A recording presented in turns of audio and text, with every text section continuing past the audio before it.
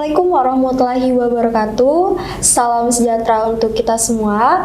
Halo Pradi. Jadi di sini kita akan melaksanakan podcast Sahabat Anak yang pada hari ini kita akan mengangkat tema tentang bullying. Jadi kenapa sih kita di sini membahas tentang bullying?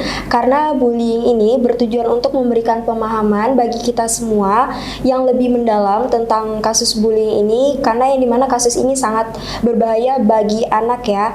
Jadi yang dimana kita sebagai anak ini memiliki kemampuan untuk mengelola stres dan emosional itu sangat susah, yang memiliki dampak banyak sekali, dan ada dua porsi dampak yang lebih dominan. Yang pertama mungkin anak bisa mengalami stres, dan yang kedua mungkin anak juga bisa mengalami agresif dan depresif. Untuk mempersingkat waktu di sini aku perkenalkan dulu Gina Hamisa sebagai host, dan ada dua bintang tamu kita yang luar biasa pada hari ini. Ada Hani sebagai Ketua Forum Anak Kabupaten Bulungan, dan ada Kak Ceci sebagai psikolog klinis yang merupakan psikolog klinis Gen Z juga ya. Benar ya Kak Ceci? Benar, Mbak.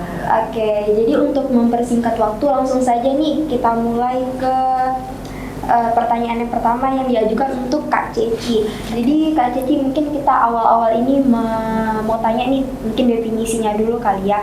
Jadi menurut Kak Ceci ini bullying itu apa sih gitu? Kalau bisa diceritakan ke teman-teman yang ada di rumah itu yang lebih detail ya, karena mungkin Gina ini taunya cuma sekedar bullying ini cuma tindakan seseorang yang menyakiti seseorang gitu, cuma cukup sampai situ. Mungkin bisa kali Kak Ceci jelasin ke teman-teman apa sih sebenarnya bullying itu.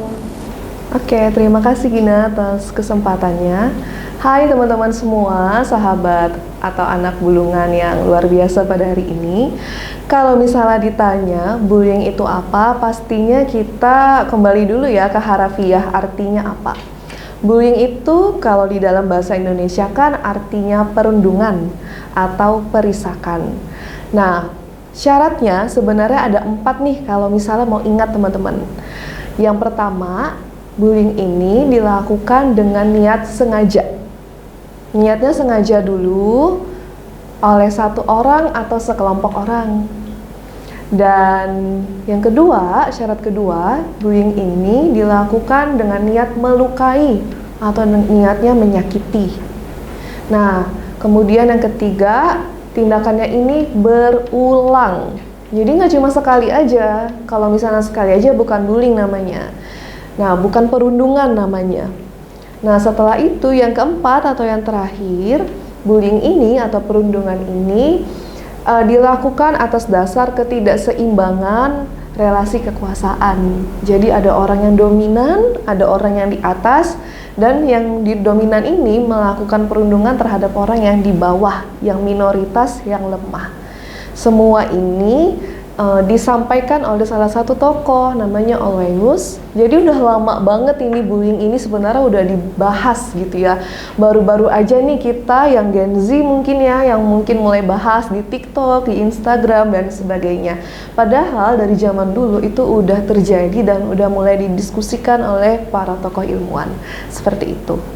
Oke, jadi seperti itu ya teman-teman definisi bullying yang lebih detail dari Kak Ceci. Nah, berbicara tentang bullying ini, mungkin kita udah sering kali ketemu kasus yang seperti ini. Nah, Gina mau nanya nih, kalau mungkin di lingkungan sekolah lagi, mungkin teman-teman juga sering mengalami hal ini, mengolok teman pakai nama ayah atau nama orang tua, itu termasuk bullying nggak sih Kak?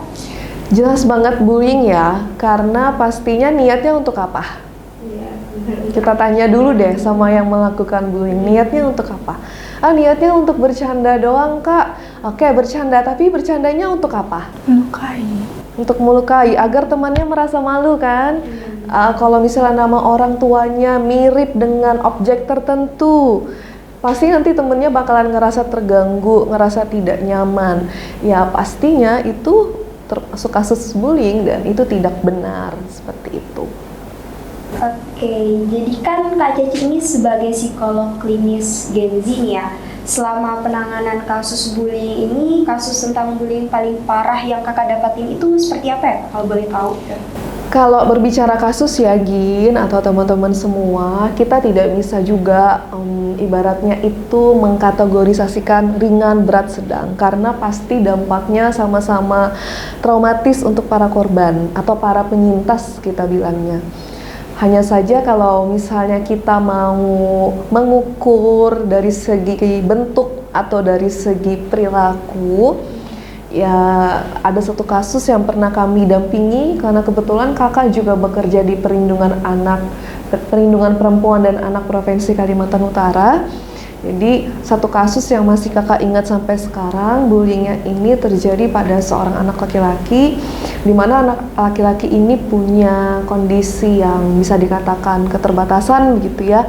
Kemudian mendapatkan perlakuan dari teman-teman sekolahnya, dan itu membuat dia akhirnya merasa sangat berdampak negatif itu ke kondisinya dia. Seperti itu. Oke, jadi misalnya nih, kan ada, Gina pernah dengar nih, ada yang namanya konselor sebaya ya Kak. Betul. Mungkin Kak Cici juga bisa kasih tips nih buat teman-teman yang di rumah, kalau misalnya punya di lingkungannya atau temannya sendiri mungkin mengalami kasus-kasus yang seperti ini, ada nggak sih tipsnya gitu? Karena bagi Gina menjadi konselor sebaya itu bukan orang yang benar-benar memang jago gitu kali ya dalam penanganan kasus itu. Mungkin kita sebagai remaja, sebagai anak mungkin cukup hanya ngingatin gitu. Mungkin ada gimana sih caranya, mungkin hal yang dihindarinya apa gitu Kak? Kemana? Ke korbannya berarti Iya. ya? Oke, kalau membahas konselor sebaya, kakak bahagia banget ya dengar kata itu. Konselor sebaya itu kan asal katanya dari peer counselor. Jadi kita yang mungkin seumuran, kok kita ya? Masuk nggak sih kakak masih? Jadi teman-teman nih yang usianya masih remaja, masih di bawah 18 tahun, kemudian merasa punya andil, merasa punya nurani untuk membantu sesama. Walaupun mungkin teman-teman juga punya masalah juga ya masing-masing ya. Tapi karena kita merasa bahwa penting untuk membantu sesama, maka selain kita securekan diri kita, menyelesaikan masalah kita juga bantu orang lain tuh. Nah, jadi ketika menjadi konselor sebaya, kalian kan ini forum anak daerah ya. Nah, menjadi forum anak daerah juga ditugaskan untuk menjadi konselor sebaya. Dan tidak hanya terbatas pada forum anak daerah saja teman-teman. Teman-teman semua yang ada di Kabupaten Bulungan juga bisa menjadi konselor sebaya. Modalnya satu, yang penting niatnya untuk membantu. Ketika kalian menjadi tempat sampah atau curahan untuk teman-teman yang ada di sekitar, kalian juga termasuk konselor sebaya. Tapi bedanya mungkin ada beberapa hal yang perlu lebih disiapkan, seperti itu. Nah, lalu ketika menjadi konselor sebaya, yang kita perlu tahu adalah kita harus banyak melihat. Look, kita lihat kondisi teman-teman kita. Ketika ada yang mengalami bullying, kita melihat gejalanya nih. Dia mungkin ngerasa rendah diri, kemudian dia ngerasa ada rasa trauma, atau mungkin dia ngerasa bahwa hidup ini sama sekali tidak ada yang mendukung dia. Kalian yakinkan bahwa di dunia ini mereka tetap berharga dan mereka memiliki teman-teman yang masih mau mendukung dia. Seperti itu. Oke, jadi kita udah dengar ya jawaban dan pertanyaan dari Kak Cici. Selanjutnya kita ke Hani nih, sebagai bagian dari Forum Anak dan juga Ketua Forum Anak Daerah Kabupaten Bulungan.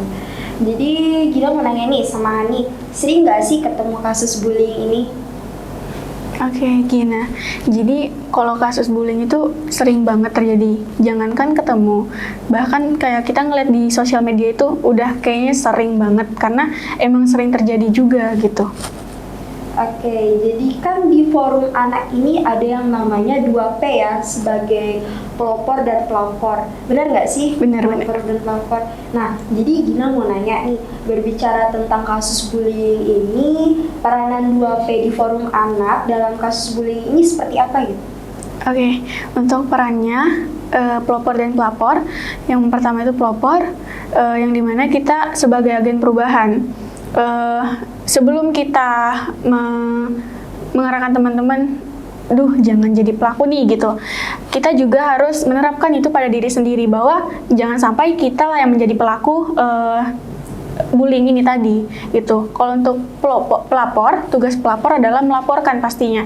Jadi jika ada kita menemukan kasus bullying yang terjadi di lingkungan baik itu sekolah ataupun lingkungan di luar sekolah kita, itu pastinya kita harus melapor ke orang yang memang berkepentingan di bidang penanganan seperti itu.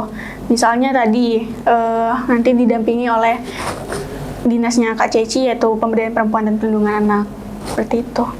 Nah, jadi berbicara tentang dinas yang sama Kak Ceci ini, nah mungkin gimana sih cara kita untuk sistematisnya, bagaimana sih kalau misalnya kita mendapatkan kasus ini, mungkin ada korban atau teman si korban ini menyampaikan kasus ini ke forum anak misalnya, apakah kasus ini cukup ditangani sampai forum anak aja atau sampai ke dinasnya juga? Kalau iya, itu gimana ya cara dari forum anak itu menangani kasus itu sampai bisa berkoordinasi menyampaikan kasus ini ke dinas tersebut?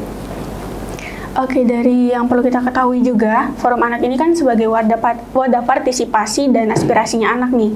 Jadi pastinya nggak hanya cuman stop di Forum Anak aja, tetapi karena kami tadi sebagai wadah, kamilah yang menjembatani si korban ini ke memang yang khusus penanganan, yaitu dari Dinas Pemberdayaan Perempuan dan Perlindungan Anak atau DP3P2KB. Jadi nanti kami yang menjembatani karena memang yang sebaya tadi itu yang lebih nyambung. Jadi kita dengar dulu, nanti kita yang arahkan. Itu yang dimaksud dengan konselor sebaya. Kita nggak ngasih solusi, tetapi kita yang kayak mengarahkan, ini loh tempat yang tepat buat kalian melapor, seperti itu. Oke, jadi kita udah mendengar jawaban Hani dalam versi forum anaknya. Nah, jadi kali ini mau dengar dong versi Hani itu kalau misalnya ada kasus bully ini, cara Hani sendiri di luar dari forum anak, mungkin versi Hani sendiri gimana sih cara menangani kasus-kasus seperti itu? Oke, yang pastinya walaupun ini versiku ya, kalau versiku sendiri ya pastinya aku tetap bakal mengarahkan teman aku ini, karena aku juga ngerasa aku belum mampu nih buat ngebantu dia. Paling tidak aku membantu mendengarkan saja dan memberikan dia nih tempat yang memang benar-benar bisa buat bantu kamu. Keperluan kamu itu apa? Nanti kamu bisa ditangani oleh pihak terkait, entah itu bimbingan konselingnya, atau dia juga butuh terapi lanjutan, misalnya dia ada gangguan mental ya setelah itu, karena memang ini arahnya ke situ teman-teman. Jadi aku juga yang kayak membantu, misalnya kayak nih ini udah parah banget nih bulinya, berarti tugas aku nggak hanya melapor, tapi aku juga ikut serta nih gimana supaya ini nggak terjadi lagi. Jadi aku ikut mensosialisasikan ke teman-teman lainnya sebagai forum anak, sebagai diriku sendiri juga, bahwa bullying itu nggak bisa dinormalisasikan dengan kata bercanda, seperti itu. Oke, jadi sebagai closing kita mungkin pada podcast kita hari ini, mungkin dari Kak Ceci dan Hani ada pesan nggak untuk kasus bullying ini gimana gitu, terkhususnya untuk anak-anak di Kabupaten Bulungan? Mungkin dari Kak Ceci dulu kali. Oke, terima kasih Gina. Jadi kalau misalnya membahas bullying ya, itu sebenarnya adalah hal yang sangat kompleks. Karena kompleksnya setiap orang, berdasarkan pengamatan atau survei pribadi kakak rasa setiap orang pernah menjadi korban bullying, termasuk kakak sendiri juga pernah. Tapi yang menjadi titik utamanya adalah meskipun kita menjadi korban bullying, itu sama sekali tidak menutup masa depan kita. Bahkan mereka yang melakukan bullying kepada kita itu justru bisa jadi punya faktor-faktor tertentu nih. Faktor tertentunya bisa jadi adalah bentuk manifestasi atau perwujudan rasa iri, rasa tidak puas dengan kehidupan mereka, atau kemudian juga rasa ketidaksenangan mereka kepada kita, yang mana mereka juga tidak terlalu berpengaruh gitu terhadap hidup kita kalau misalnya kita tetap stay cool, stay humble, tetap stay on the track untuk hidup kita gitu, tetap bertahan di hidup kita. Jadi teman-teman, ketika menjadi korban bullying, kakak yakin banget bahwa ini memang hal yang gak mudah. Benar kan? Pasti itu adalah hal yang nggak mudah. Meskipun ya ada yang bilang bahwa alah bullyingnya cuman sedikit, bullyingnya cuman bercanda tadi katanya Hani, atau bullyingnya cuman akan kita sama-sama teman, sama-sama satu circle, udah nggak apa-apa lah bullying gitu kan. Tapi apapun bentuknya, siapapun yang melakukan itu tidak benar. Justru kakak miris ya sama orang-orang yang menganggap bahwa untuk mengakrabkan maka kita melakukan bullying. Itu salah besar. Jadi untuk teman-teman yang saat ini berjuang untuk bisa keluar dari bullying, ingatlah satu hal bahwa kita tidak sendiri. Kita tidak sendiri dan yakin bahwa kita mampu tetap terus berjalan. Kayak lagunya It Gitaf tuh, aku sudah tak marah. Gimana lanjut? Iya, jadi kalau dilanjutkan nih teman-teman Bulungan langsung pada ini ya, pada kabur. Iya, jadi betul banget. Kita tetap punya harapan untuk masa depan. Dan lihat deh teman-teman, kakak kalau boleh jujur, kakak juga penyintas bullying. Kakak juga dulu pernah dibullying, tapi sekarang bukan untuk pembuktian, tapi kakak membuktikan untuk diri sendiri bahwa kakak nggak peduli sama omongan orang lain. Kita tetap jalan aja untuk diri kita sendiri.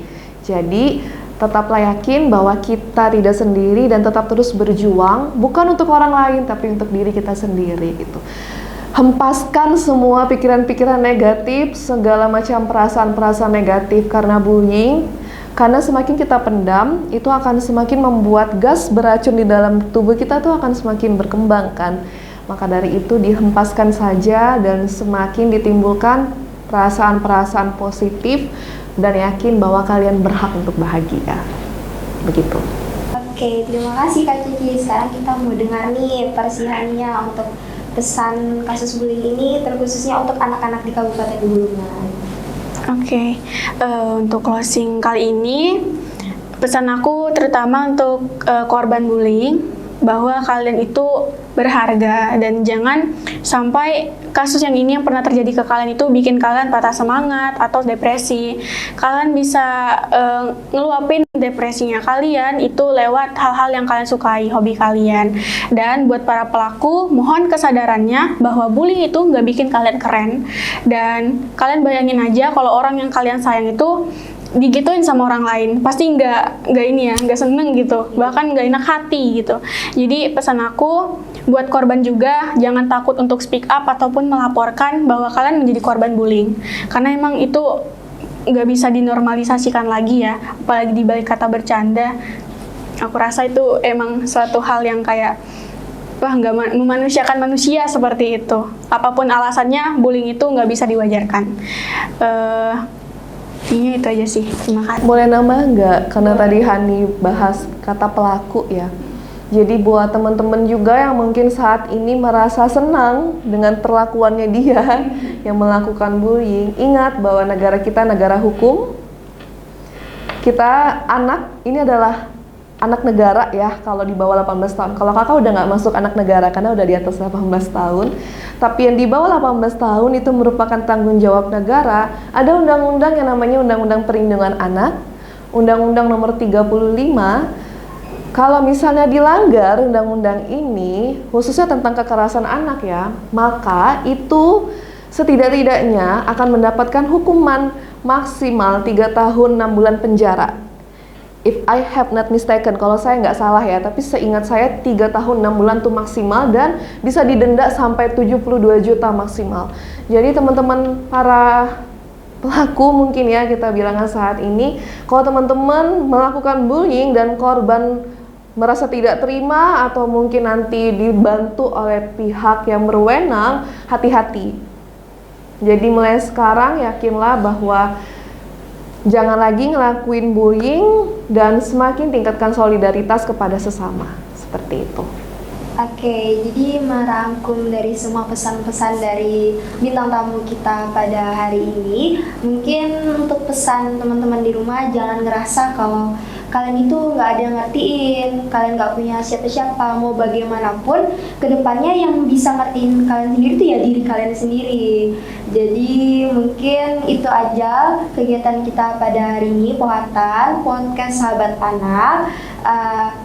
Mungkin aku sebagai host di sini mengucapkan terima kasih kepada dua bintang tamu kita yang luar biasa yang udah sharing ilmu-ilmu yang bermanfaat untuk kita semua. Mungkin itu aja hasil diskusi kita hari ini. Selanjutnya sampai jumpa di program VIP Room Tribun Kaltara selanjutnya. Demikian dari kami. Wassalamualaikum warahmatullahi wabarakatuh. Sampai jumpa. Terima kasih sudah nonton. Jangan lupa like, subscribe, dan share ya.